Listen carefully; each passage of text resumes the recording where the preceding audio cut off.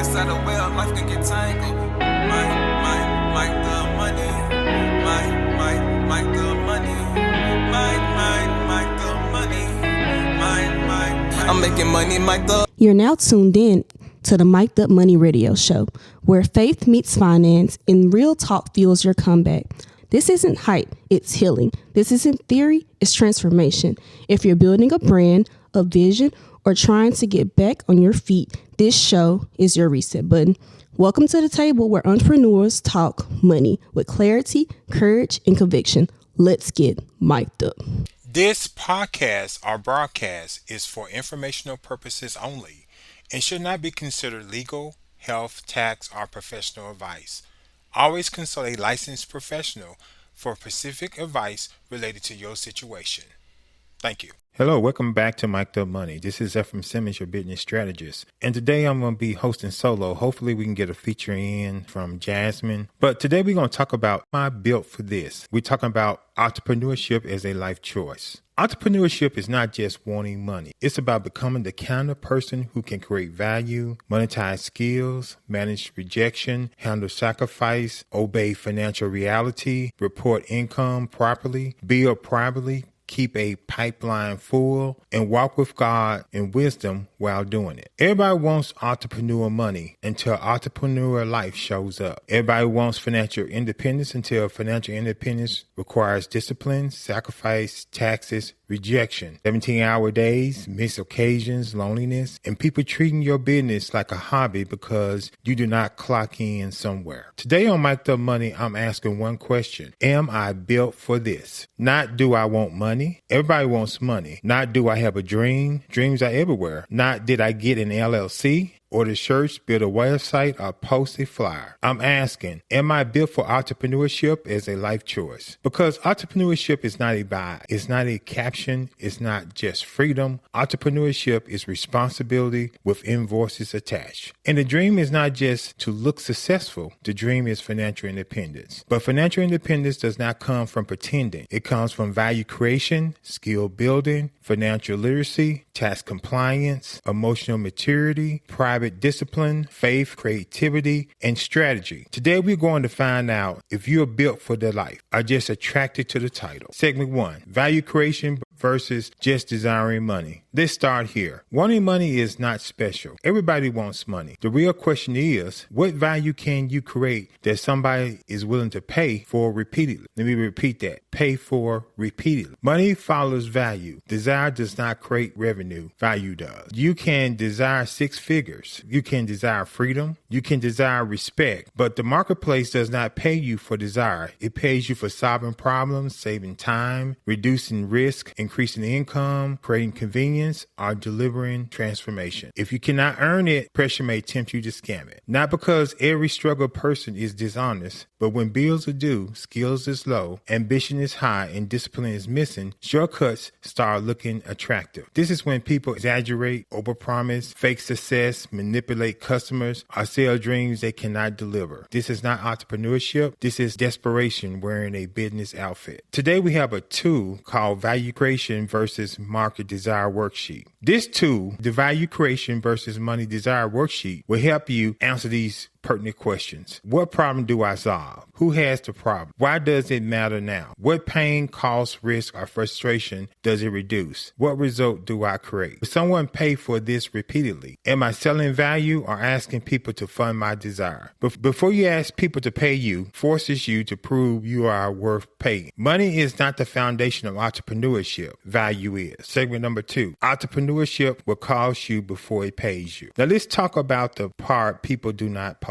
Entrepreneurship can require 17-hour days. Not forever. Burnout is not a business model. But there are seasons where you are building, selling, fixing, learning, following up, planning, correcting, and praying all in the same day. And while you are building, people may not understand. They may say, you work for yourself, so you should have time. They may call it your little business, your little hustle, your little project, your little thing. Your business has to become real to you before it becomes obvious to them. You may have to miss miss some occasions, miss some dinners. You may have to leave early. You may have to say no. You may have to build while other people relax. But balance this. Entrepreneurship is not an excuse to destroy your family, neglect your health, abandon your faith, or become unavailable to everyone who loves you. Sacrifice is not self-destruction. Sacrifice is a strategic trade-off. The next tool we're going to talk about is the Entrepreneur Sacrifice Agreement. And it asks us this question: what am I willing to sacrifice for a season? What am I not willing to destroy? And what boundaries protect my health, family, faith, integrity, and peace? Some people want entrepreneur money with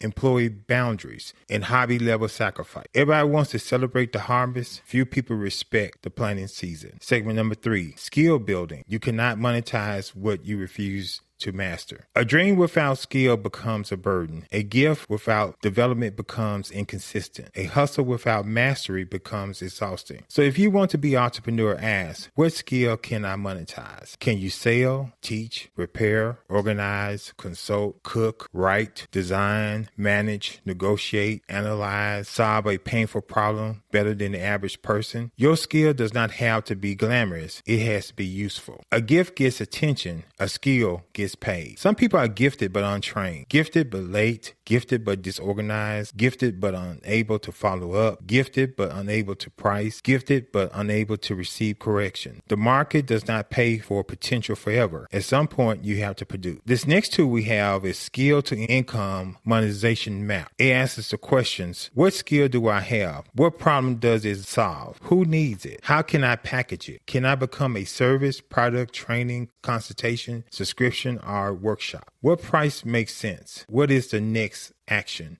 This tool turns vague ability into a clear income offer. You cannot monetize what you refuse to master. Segment number 4, adaptability. The market is talking. Are you listening? Entrepreneurship is not just having an idea. It is having enough humility to adjust the idea. The market is always speaking. Sales speak. Silence speaks. Confusion speak. Refunds speak. Low engagement speaks. Repeated questions speak. Mentors speak. Numbers speak. The problem is many entrepreneurs do not listen. They defend. They say people just do not support me. Maybe because your offer is unclear. Maybe the price is not connected to value. Maybe the audience is wrong. Maybe your message is talking more about you than the customer. Adaptability is what keeps a dream from becoming a stubborn mistake. Being built for entrepreneurship means you can pivot from feedback, observation, and mentorship. You can be corrected without collapsing. The next tool we have is the adaptability and feedback pivot sheet. It answers the questions: what feedback did I receive? Who gave it? What might it mean? What should I test next? What do I need to stop defending and start improving? Rejection is not always a stop sign. Sometimes it is a strategy session. Are you teachable enough to become profitable? Segment number 5, mental readiness. Can your mind survive the mission? Entrepreneurship is a mental game. You need self-motivation. Nobody is coming every morning to tell you to build. You need self-regulation. Your emotions cannot run the business. You need self-reflection. You have to be able to say, maybe I am the bottleneck. You need creativity. Creativity is not just art. Creativity is business survival intelligence. You need adaptability. Not saying you are flexible, actually changing when the evidence demands change. And you need sacrifice capacity, not destroying yourself, sacrificing. If your emotions drive every business decision, your business will ride like a car with no steering wheel. We have this tool that's called the Mental Readiness for Entrepreneurship Assessment. It goes over the areas of self-motivation, self-regulation, self-reflection, creativity, adaptability, and sacrifice capability. You may discover you are not lazy. You may simply be underdeveloped in the exact area entrepreneurship requires. Can your mind survive the mission? Segment number 6, self-care. Rejection is information, not identity. If you're going to be an entrepreneur, learn how to hear no. No response, no sales, no funding, no callback, no partnership, no support. And sometimes the no will come from people you thought would be the first in line to support you. But everyone who loves you may not understand your assignment. Everybody who likes your post is not going to buy. Everybody who buys once is not automatically loyal. If you take all of that personally, you will bleed emotionally every week. Don't let rejection become your identity. Let it become your intelligence. Sometimes no means not now. Sometimes no means wrong offer. Sometimes no means unclear value. Sometimes no means wrong audience. Sometimes no means sharpen the message. You have to understand when you get a no, you have to kind of like self-reflect and see why was a no given. But we have a tool called the Entrepreneur Self-Care and Rejection Recovery Plan. And it helps answer the questions, what triggered me? What did I make this rejection mean? What is the healthier interpretation? What can I learn? What should I adjust? What do I need to do before I make an emotional decision? Some people do not quit because the business failed. They quit because they did not recover emotionally between hits. Rejection is data, but you cannot use the data if you are too busy bleeding from it. Number 7, financial readiness. Can your money survive the drink? Before you quit stable income, borrow money, expand, sign a lease, buy inventory, order equipment, or announce a dream, know your numbers. Do you know your monthly personal budget? Do you know your monthly business budget? Do you know your emergency fund level? Do you know your break-even point? Do you know how much income the business must produce to replace what you actually need? And do you have proof of concept? Proof of concept is not your friend saying, this is a good idea. Proof of concept is not likes. Proof of concept is not your cousin saying, I will buy that. A compliment is not proof of concept. A payment is. Proof of concept is when real people pay real money for the real thing in a repeatable way. Repeat that. Proof of concept is when real people pay real money for the real thing in a repeatable way. Some of you do not need to quit your job yet. You need to prove the concept. We have a tool called the Financial Readiness for Entrepreneurship Checklist. It helps you with your personal budget reality check, your business budget reality check, emergency fund readiness, proof of concept income test, income replacement formula, financial readiness score. Some dreams are not dead. They are just underfunded, untested, and poorly timed. Can your money survive your dream? Segment number 8, financial literacy. You can't spend it all. Making money is one thing. Understanding money is another. Some people finally get business revenue and immediately spend like all of it belongs to them. No, all deposits are not profit. All revenue is not owner pay. All cash is not available cash. Some belongs to taxes. Some belongs to operation. Some belongs to reserves. Some belongs to marketing. Some belongs to debt. Some belongs to reinvestment. Some belongs to future opportunity. You cannot be a financial independence with financially dependent habits. You also need diversification into workable endeavors. Not chasing everything. Not vending today, trucking tomorrow. Airbnb next week. Tax prep next month. Crypto by Friday. This is not diversification. This is confusion with a business playlist. Workable diversification means you understand your skill, market demand, capacity, capital, timing, and risk. We have a tool called the Financial Literacy Survival Sheet. It goes over taxes, operations, owner pay, reserves, marketing, debt, reinvestment, and future opportunity. Money without assignment becomes money with excuses. Every dollar needs an assignment, or your emotions will spend it. Segment number 9, taxation. If it is not in black and white, it is not real. Now let's talk about something entrepreneurs love to avoid until they start sending letters. Taxes. A lot of entrepreneurs do not have a tax strategy. They have a tax fantasy. They think if income came through Cash App, Zelle, Venmo, PayPal, Square, Stripe, Clover, Shopify, Toast, checks, cash, invoices, or side payments, somehow it's invisible. No, it's not invisible. It's just, it may be unorganized. It may be unreported. It may be hidden from your own bookkeeping, but invisible? No. Tax note. Taxpayers generally must report all taxable income received, including income reported on information returns and income not reported on form. Entrepreneurs should consult a qualified tax professional for advice specific to their situation. If your income is not in black and white on your tax return, serious money may treat it like it is not real. You can tell the bank, I made $100,000, but if your tax return says $18,000, that's what the bank sees, $18,000. You cannot tell the IRS you are broke and tell the bank you are booming. Tax returns matter. Financial statements matter. Bank statements matter. Clean books matter. Reported income matters. Your tax return is part of your financial resume. Let me tell you about trust taxes. Some taxes are trust taxes. That means you collected or withheld money that belongs to the government. This can include payroll withholding taxes and in many states collected sales taxes. That money is not yours. It is not working capital. It is not emergency cash. It is not lifestyle money. It is not inventory money. It is not I will catch it up later money. tax authority do not see unpaid trust taxes as your cash flow problem. They see it as you spending their money. We are in a different world. AI and data analytics can connect dots faster than people think. Payment processors report, banks track deposit, payroll systems report, customers create records, vendors create records. Your lifestyle creates questions. Do not play hide and seek with somebody who has better software, subpoena power, and patience. If you have a visible lifestyle with no observable income, that creates questions. You cannot live like a boss online and file taxes like a ghost. You cannot post trips, cars, cash, jewelry, business growth, sold out events, new equipment, and luxury spending while your tax returns looks like you barely survived. Careful legal note. Not every sloppy taxpayer is committing money laundering, wire fraud, or tax fraud. Some people are disorganized, scared, and undertrained, but sloppiness can start looking suspicious when your lifestyle is loud and your reported income is quiet. Do not post a lifestyle your tax return cannot explain. Social media is not just marketing anymore. It has become evident. Pattern, public record, and contradiction material. Some people are giving investigators a documentary for free. Some people talk too much. They brag about cash. They joke about not reporting income. They tell friends, employees, relatives, partners, executives, contractors, and customers things they should never have been happening in the first place. Government agencies have whistleblower programs, and credible information about tax non-compliance or financial wrongdoings can create enforcement risk. Do not build a business model that depends on everybody around you staying quiet. Friends are not internal controls. Your friend can become a witness. Your ex can become a source. Your fired employee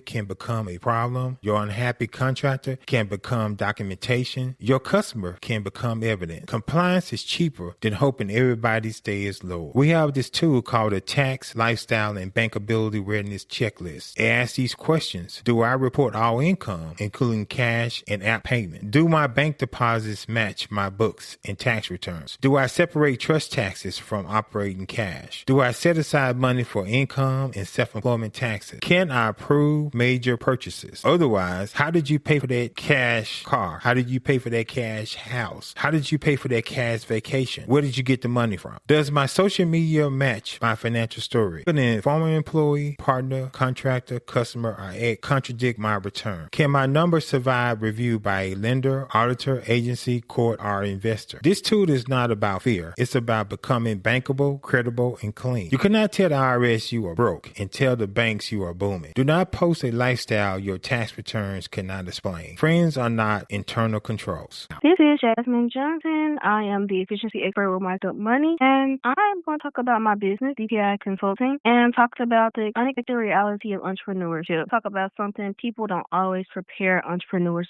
for. The unexpected trials, tribulations, pivots, and honestly, the unexpected joys that come with building something from nothing. A lot of people see entrepreneurship as freedom, stability, money, or success.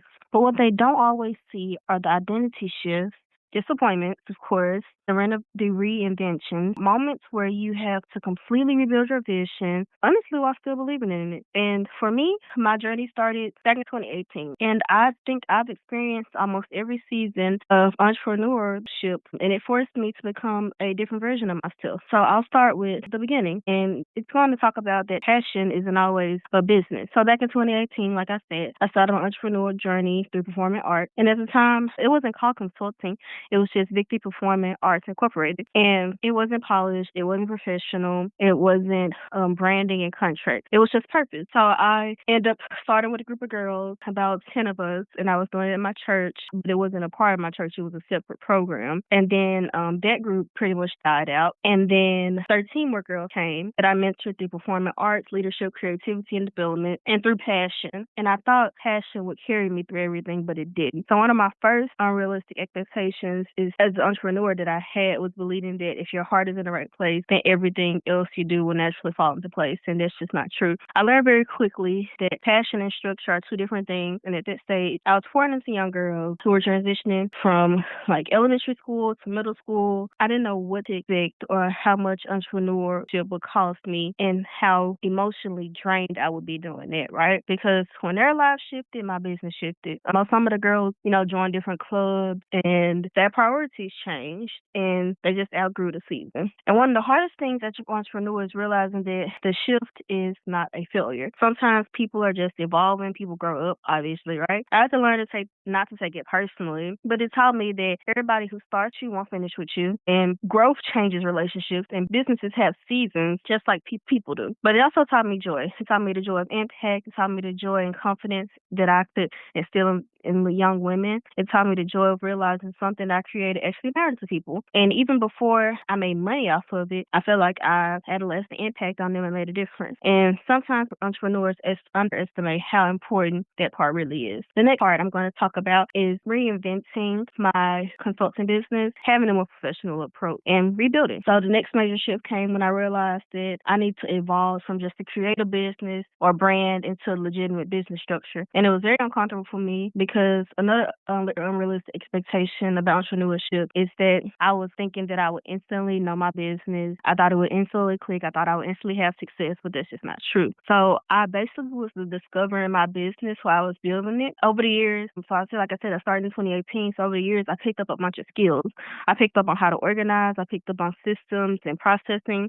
I picked up on branding, operations, leadership, administration, consulting, and more efficiency strategies, right? And eventually I realized that it wasn't just creative entrepreneurship anymore. I was solving problems. So that's why I transitioned from Victory Form Arts Incorporated to VPI Consulting. And it required a different level of discipline. I needed a professional website, business license, contract, license structures, clients, and I ended up getting all that, right? And people glamorize entrepreneurship online, but nobody talks about the administrative pressure behind it. There are moments where I questioned myself and everything suddenly became more serious. The money became more serious, patients became serious, and the clients became more professional, and they were not playing with me.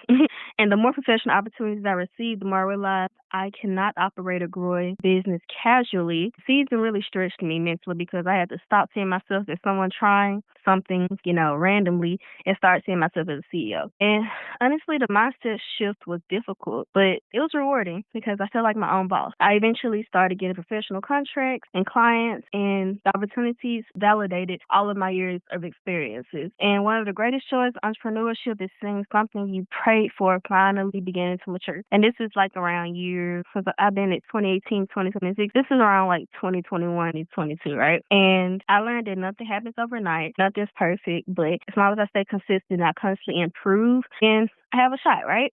And so now I'm going to go into part 3. That is the latest season I'm in of 2026. After the mentorship part, which I just want to be clear, I still have the mentorship program. If you go to www.j.johnson.com, it's my personal brand, and it has a mentorship program, and it has all of the performing art part of my business there, but it's just under my name rather than VPI Consulting. VPI Consulting is the business part where I build digital websites, I help with professional services, I help small business and nonprofits get off the ground. I do tutoring. It's just a variety of services. I do event planning. So just if you go to VPIconsultingservices.com, you'll see that. But moving into the motherhood part, I'm in my newest season, entrepreneur season. It's motherhood. And this season has really humbled me because nobody prepared me or nobody's told me that entrepreneurship for women is like identity shift when it comes to business and motherhood. Like in the middle of dealing with an event right now, and I have my baby, and it's kind of hard to juggle, but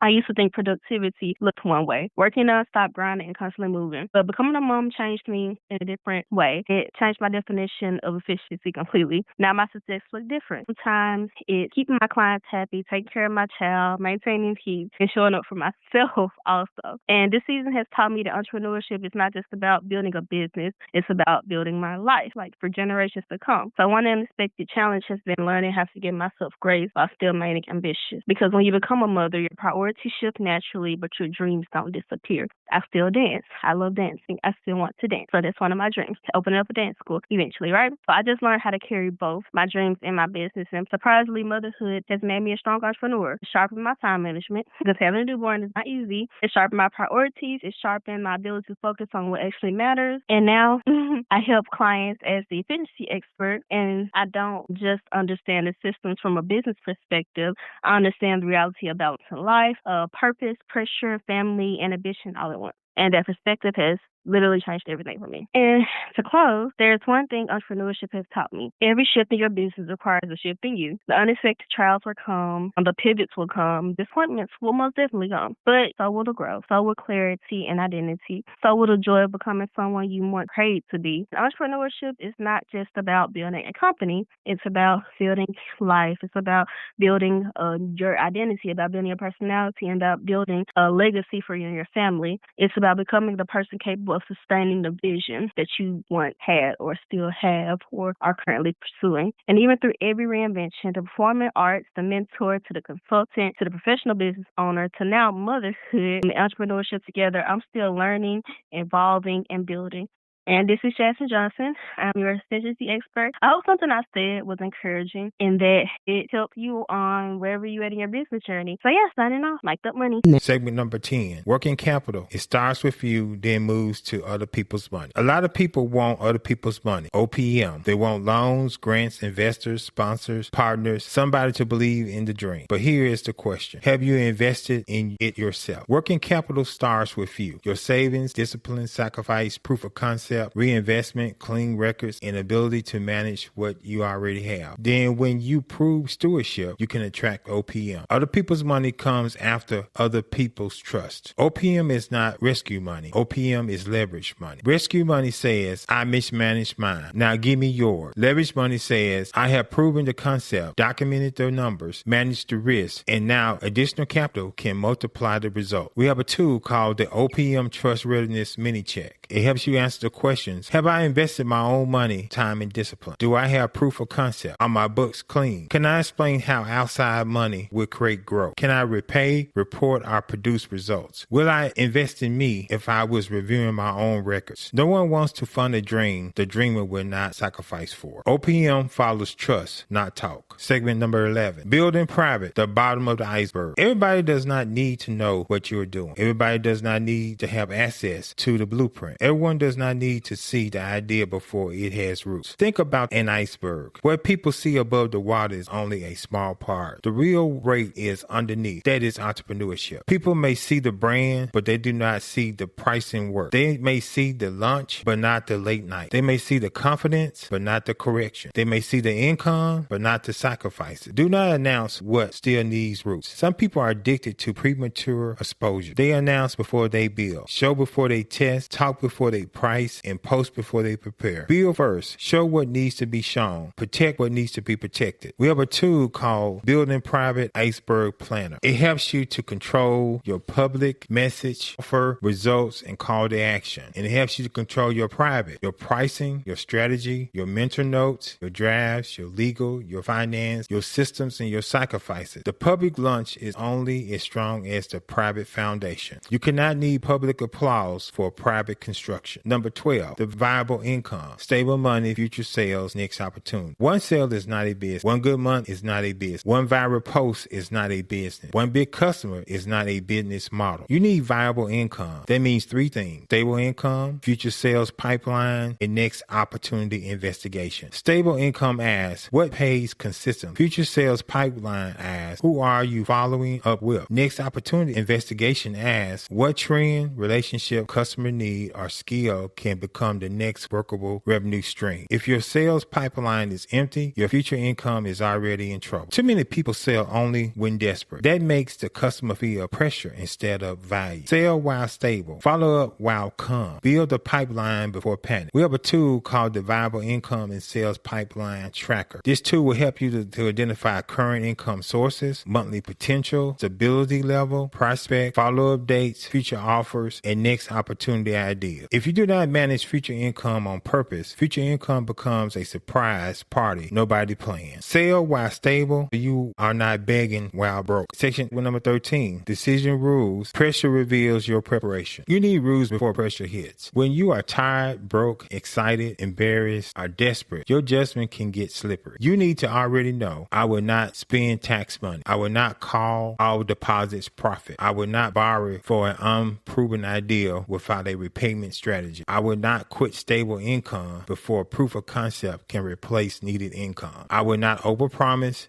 to close a sale. I will not make major decisions while angry, scared, exhausted, or ashamed. I will not use faith as an excuse for poor preparation. Pressure reveals the rules you failed to set. We have another tool called the Entrepreneurship Decision Rule. It governs the money rules, the sales rules, the emotional rules, and the faith rules that you need to be successful in business. The worst time to decide your values is when rent is due and the sale is shaky. Rules made before pressure protect you during pressure. It is Sephram, the business strategist. Jasmine gave her journey as an entrepreneur. I'm going to give you mine. In my journey, I've been on the road longer than she has. I've been an entrepreneur for over 36 years, full-time, and I work for myself on a part-time basis. The reason I work for myself on a part-time basis is because I really don't like to be controlled. I can work for people, but when people decide that they own me or they have control over me, that's when it's time for me to go. So I always kept a part-time job so I can tell people no. And I can walk away when I need to walk away. And I felt like no one would own me or put pressure on me. So I would have to work with them when I really did not want to do that. And then also in the workplace, it gets ridiculous because some people want to control when you go to the bathroom, how long you stay in the bathroom. They want to tell you when you can be off, even though you earned a vacation. But I had to come to realization that it was their job. If I wanted to have control, I had to create my own job. But I want to talk about something else called advanced prioritization, knowing what matters, when it matters, and when to adjust. Entrepreneurs do not just need motivation. They need an advanced prioritization. You need to know what matters, when it matters, and how it matters, and when to adjust your priorities to protect overall objective and strategy. Some people fail in business because they are working hard on the wrong thing at the wrong time. They polish the logo while the offer is unclear. They redesign the website while the sales pipeline is empty. They chase visibility while the back office is broken. They answer every distraction but avoid the decision that will actually move the business forward. Prioritization is strategic maturity. It means you separate urgent from important, noise from signal, opportunity from a distraction, and activity from progress. A real entrepreneur must be able to ask, what matters most right now? Why does it matter? What objective does it support? What happens if I know it? What can wait? What must change because new information has arrived? And here's the hardest part. Priorities are not permanent. They must adjust when the facts change. Feedback changes priorities. Cash flow changes priorities. Customer demand changes priorities. Compliance problems changes priorities. Family emergencies change priorities. Market timing changes priorities. Strategy is not stubbornness. Strategy is disciplined adjustment toward the objective. Hard work on the wrong priority is just expensive motion. There is a tool that we have developed that will help entrepreneurs decide what deserves attention now, what can wait, what should be delegated, and what should be dropped. The tool asks the following questions. What is the overall objective? What strategy are we protecting? What matters most right now? Why does it matter now? What happens if this is ignored? What can wait without damaging the objective? What should be delegated, delayed, or deleted? What new feedback or observation requires a priority shift? Getting back to my entrepreneur journey, the thing that has kept me going for this long is my why. I want to make an impact. I want to make a difference in people's lives, and that has kept me. Sometimes I had to stay up all night to help people. Sometimes I had to put myself in harm's way to help people. Sometimes I had to speak up and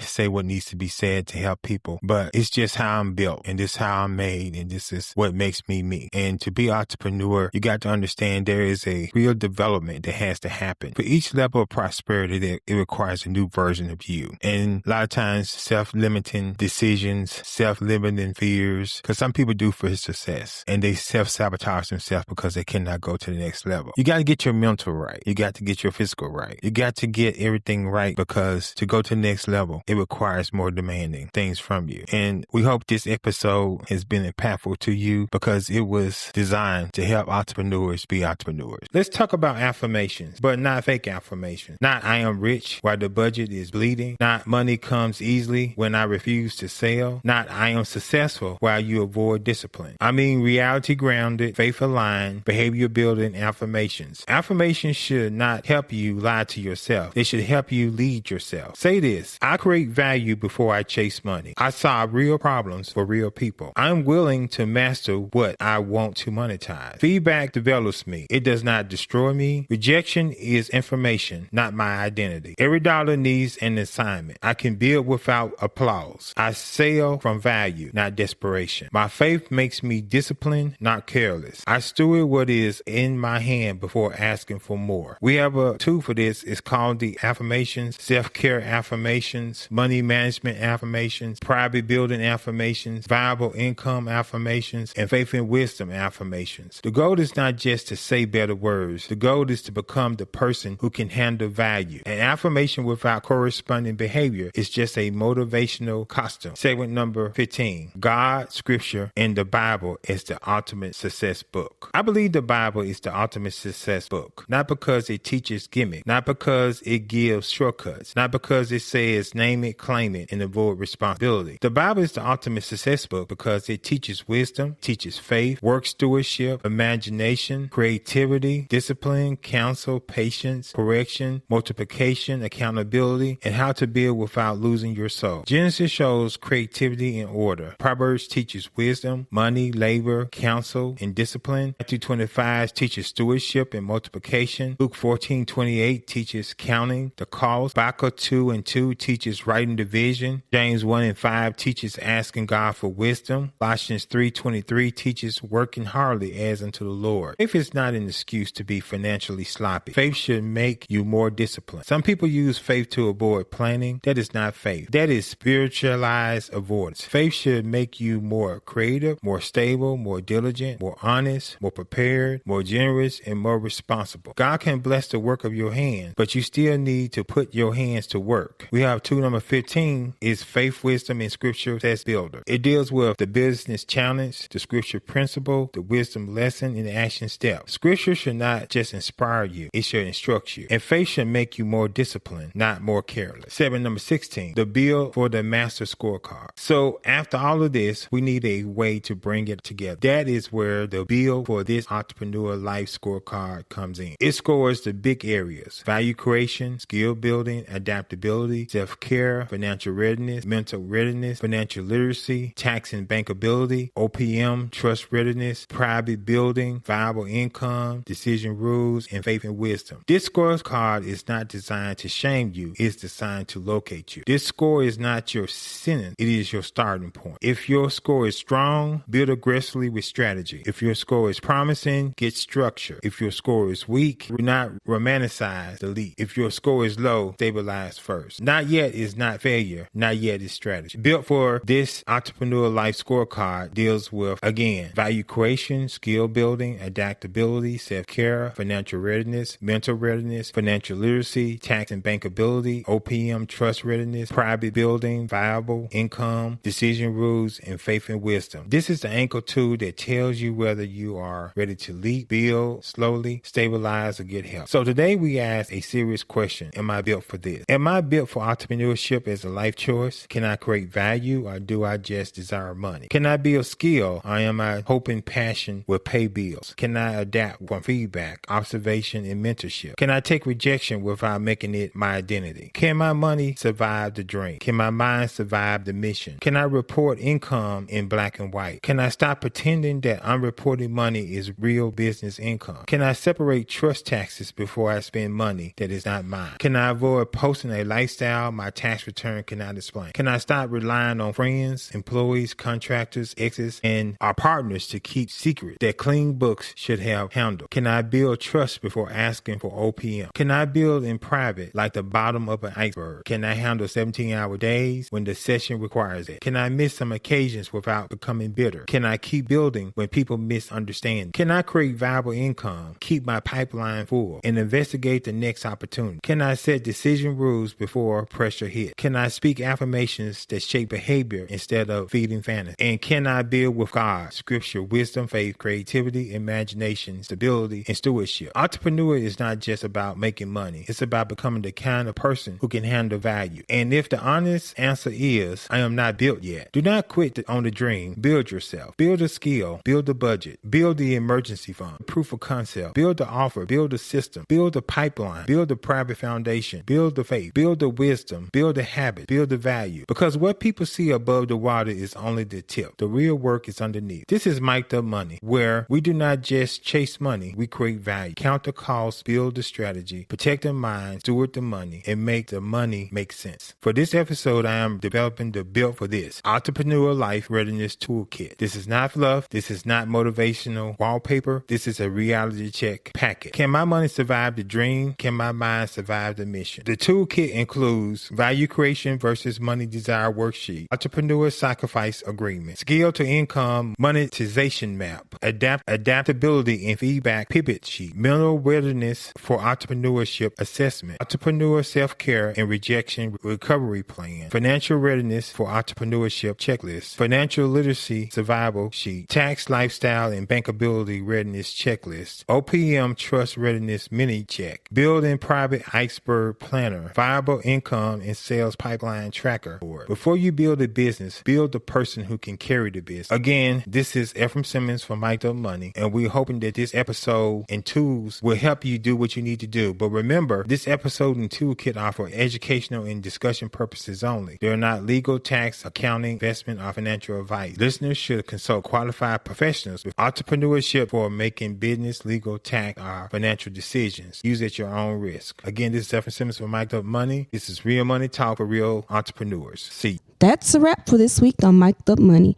Don't forget to grab your free tools at mic'dupmoney.com. Follow us at Mic'd Up Money on all social platforms and keep taking your next right money move. Until next time, stay reset, stay ready, and stay mic'd up.